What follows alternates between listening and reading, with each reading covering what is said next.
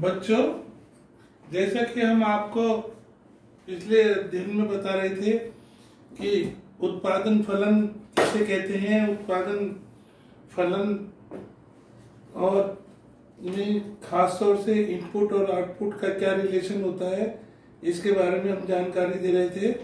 तो हम अब आपको ये बताना चाहेंगे कि प्रोडक्शन फंक्शन होता है, इसके टाइप्स ऑफ प्रोडक्शन फंक्शन कितने प्रकार के होते हैं। इसमें सबसे पहले हम देखेंगे कि लीनियर प्रोडक्शन फंक्शन होता है, एक दूसरा होता है कॉफ-डगलस फॉर्म, कॉफ-डगलस प्रोडक्शन फंक्शन, तीसरा होता है इनपुट आउटपुट प्रोडक्शन फंक्शन और चौथा होता है एक्टिविटी एनालिसिस प्रोडक्शन फंक्शन। तो सबसे पहले हम लीनियर प्रोडक्शन फंक्शन किस प्रकार से होता है, इसका शेप होता है वो हम आपको बना करके बताएंगे कि लीनियर जो प्रोडक्शन फंक्शन होता है वो एक सरल रेखा की तरह होता है। इस तरीके से ये देखते हैं कि हम किस प्रकार से होता है। तो ये बिल्कुल ओ एक्स अक्ष और वाई इसमें इस तरीके से रेखा खींची हुई होती है और इसमें जो होता है इसका ये बिल्कुल सिंपल फॉर्म में होता है और कॉफ-डगलस फॉर्म में जो होता है वो प्रोडक्शन फंक्शन इस प्रकार से होता है। इसका शेप बिल्कुल इस तरीके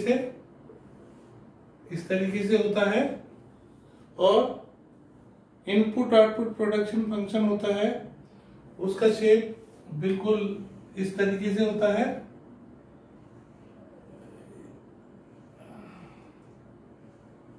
इस तरीके से होता है और ये इसका स्लोप इस तरीके से और एक्टिविटी एनालिसिस प्रोडक्शन फंक्शन होता है वो इस तरीके से होता है, इस तरीके से।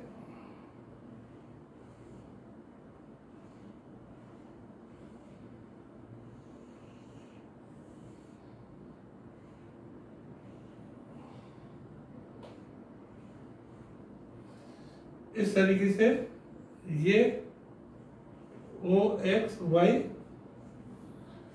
इस तरीके से ये जो एक्टिविटी एनालिसिस प्रोडक्शन फंक्शन होता है। लीनियर प्रोडक्शन फंक्शन होता है, इसका स्लोप -a1/a2,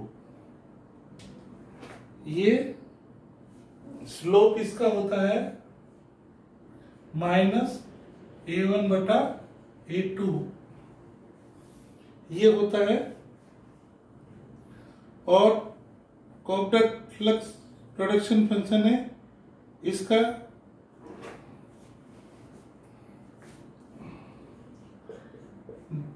इस तरीके से होता है।